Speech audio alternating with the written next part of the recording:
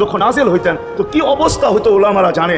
আল্লাহ রসুল ঘামতে থাকতেন, এতটুকু কষ্ট হতো, কখনো কখনো বলতেন কাদার রু আইয়া খরুজ, মনে হয় আমার রুটা বাহির হয়ে চলে যাবে।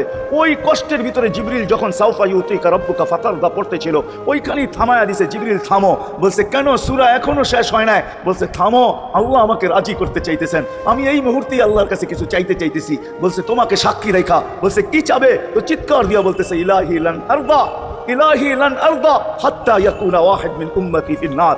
ও মাবুদ, ও ইলাহি, ও আল্লাহ, এক উম্মত জাহান্নামে থাকা পর্যন্ত আপনার উপরে রাজি হব। আল্লাহ, এক উম্মত থাকা পর্যন্ত রাজি হব না। যে আরশে যায় বলে নাই, কিয়ামতের মাঠেও বলবে না। উম্মতি চিৎকার দিবে, হাসান হোসাইন দিবে না। হাসান হোসাইন কলিজার টুকরা ছিল, কোনো একদিনের কাহিনী। হাসান হোসাইন জিজ্ঞাসা করছে, নানা যান আপনি উত্তম না আমরা উত্তম? আল্লাহ রসুল সাদা সিধা জবাব দিছে, আমি উত্তম, আমি সাইয়্যিদুল আউয়ালিন ওয়াল আখিরিন, আনা সাইয়্যিদা উলদি আদম, লিওয়াউল হামদি বিয়াদি ইয়াউমাল কিয়ামা। হায় হায়, আল্লাহর জান্ডা কিয়ামতের দিন আমাদের নবীজির হাতে থাকবে। মাধবদীর মানুষ বোঝেন আমি যেটা বুঝাইতে চাইতেছি। ওই হাসান হুসাইনের খবর নিবেন না, নিবে উম্মতের খবর। জিজ্ঞাসা করছে, নানা জান আপনি উত্তম না আমরা? আল্লাহ রসুল বলছে আমি উম্মত। দুইজনে হাসতে হাসতে কুটা কুটা। আল্লাহ রসুল বলছে এত হাসো কেন? জবাব হয় নাই। মানি আমরা দুইজন উত্তম। কি কইরা তোমরা দুইজন উত্তম? প্রমাণ। আমাদের আম্মাজানকে চিনেন?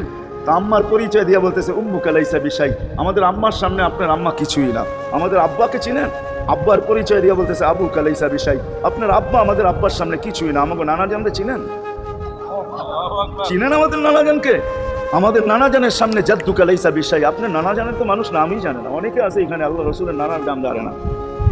জানেন? জানে না। আপনার নানার নামই মানুষ জানে না। আমাকে নানা জানকে চিনেন? তো দুইজনকে উঠায়া কোলে নিয়ে চুমা খাইতেছেন আর বলতেছেন তোমরাই উত্তম। হায় হায়, ও মাধবদীর মানুষ যে কিয়ামতের মাঠে বললেন, যে দুনিয়ার থেকে যখন বিদায় নিতেছিলেন, হায় হায়, মালাকুল মউত যখন অনুমতি চাইতেছিলেন বুকে হাত রাখবো কি রাখবো না, তো বলছে অনুমতি দিব। আইনা আখি জিবরিল, আমার ভাই জিবরিল কোথায়? তো বলছে দেখা আসছি ফি সামাইল উলা, প্রথম আকাশে। একটু পরে উনি সালাম দিয়া ঢুকছেন, ওনার চোখে পানি ছিল। তো বলছে আপনি কাঁদেন কেন? বলে আজকেই এলপিআরে চলে যাব, আর কোনোদিন ওহির বাহক হয়ে জমিনে আসবো না। আপনার পরে কোনো নবী নাই, কোনো রসুল নাই, আমারও ওহির কাজ শেষ। ওহির সুবাদে কখনো কখনো নৈকট্যময় জায়গায় চলে যেতাম, আজ থেকে আর যাওয়া হবে না। আমার চোখে পানি। দীর্ঘ ১.৫ লক্ষ নবী, ৩১৩ জন রসুলের কাছে আমি নিয়ে আসছি। আজকে শেষ দিন, এই জন্য চোখে পানি। তো উনি উল্টা প্রশ্ন করছেন, আপনার চোখে পানি কেন? জিবরিল মালাকুল মউত দাঁড়ায় আছে, অনুমতি চাইতেছে বুকে হাত দেওয়ার জন্য। এখনো এক প্রশ্ন বাকি। বলছে সেটা কি? বলে ফামান লিবাদিলি উম্মতি। অথচ ৯ ঘরে চুলা জ্বালানোর মতো তেল ছিল না। খাওয়া তো দূরের কথা, বাতি জ্বালানোর তেল ছিল না। আম্মা জান আয়েশা রাদিয়াল্লাহু তাআলা আনহা বলেন, যদি তেল থাকতো তো খিদার তাড়না এতটুক ছিল, আগে তেল পান করে নিতাম। হাদিস উঠায় দেখেন, লেখা আছে ৯ ঘর ছিল, ৯ ঘর। হাসান হোসাইন ক্ষুধার্ত ছিল, আলী ফাতেমা ক্ষুধার্ত। কারো জন্য কোনো চিন্তা নাই যে আমার পরে আমার ৯ ফ্যামিলির কি হবে, হাসানের কি হবে, হোসাইনের কি হবে, আলীর কি হবে, ফাতেমার কি হবে। যেই সময় চাইতেছেন ওই সময় বলতেছে জিবরিল আমার পরে উম্মতকে কে দেখা রাখবে? লানত আমাদের জিন্দগির উপর, লানত আমাদের জিন্দগির উপরে। এমন জিন্দগির থেকে জমিন ফাইটা মরে যাওয়া উচিত। আমি তো মাঝে মাঝে বলি আমাদের জমিনটা উল্টায় যাওয়া উচিত, যে মৃত্যু সময় বলতেছে আমার উম্মতকে কে দেখা রাখবে। জিবরিল ছুটা গেছেন, ছুটা আসছেন, আল্লাহ জবাব পাঠাইছেন লা আতরুকু উম্মাতাকা ফারদা ওয়ালা ওয়াহদা। বন্ধু চলে আসেন, আপনার উম্মতকে আমি দেখা রাখবো, আমি দেখা রাখবো। হায় হায়, সবাইকে সালাম দিছেন একবার বা দুইবার, সবার দুরুদ পড়ছেন তো আল্লাহ একবার বা দুইবার, সালাম পড়ছেন কোন নবী রসুলের উপরে একবার কি দুইবার।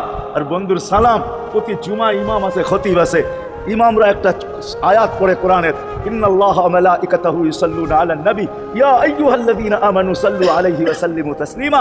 এই আয়াত আমাকে অনেক কিছু বোঝায়। ইমাম উলামারা, আলেম উলামারা বলবে এই আয়াতে আমাদেরকে দুরুদ পড়ার হুকুম দিয়েছেন, আমিও বলবো দুরুদ পড়ার হুকুম দিয়েছেন। কিন্তু আমার প্রশ্ন আছে এখানে, আমার প্রশ্ন, আল্লাহ আমাদেরকে পড়তে বলতেছেন, ঠিক আছে, আমরা কয়দিনই থাকবো আর কয়দিনই পড়বো? একদিন তো আমরা মারা যাবো, তো আপনার বন্ধুর উপরে দুরুদ কে পড়বে? আল্লাহ বলে বেওকুফ, দেখোস না ফেরেশতাদের নাম নিছি, ফেরেশতারা পড়বে। আমি যদি আল্লাহকে উল্টা প্রশ্ন করি, একদিন তো ফেরেশতাও থাকবে না, মালাকুল মউত মারা যাবে। আপনি আরশের নিচে লিখেই রাখছেন ইন্নী কাতাবতুল মাউতা আলা মান তাহতা আরশি আল্লাযী হাই লা ইয়ামুত ফাহুয়া ফাওকা আরশি।